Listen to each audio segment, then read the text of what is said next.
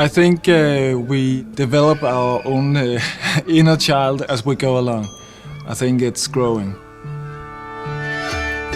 My name is Ole Barslund and I'm a playground designer in Copenhagen. And I'm the CEO of Monstrum.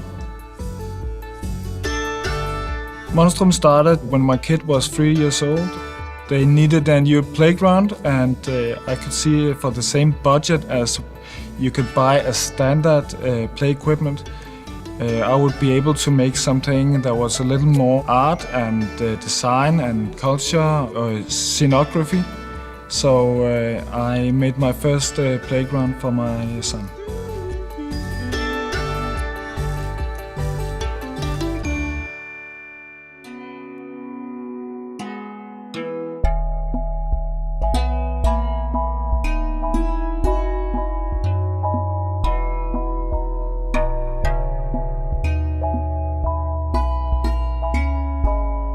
I met Christian building theater set design in theaters in Copenhagen. He's a designer and I'm an artist, so what we do in Monstrum, building playgrounds, is kind of the same thing.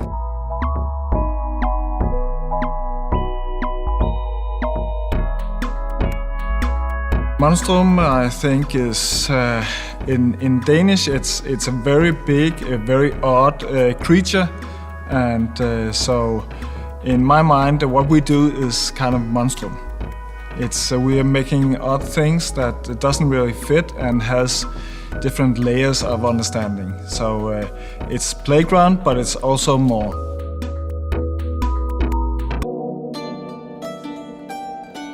Well, I think it's very important to us that there's a story in all our playgrounds. It has to be simple and it has to be really easy to read, and apart from that, we would like it to have something more, something special, and maybe even something that you discover after a while, after some years.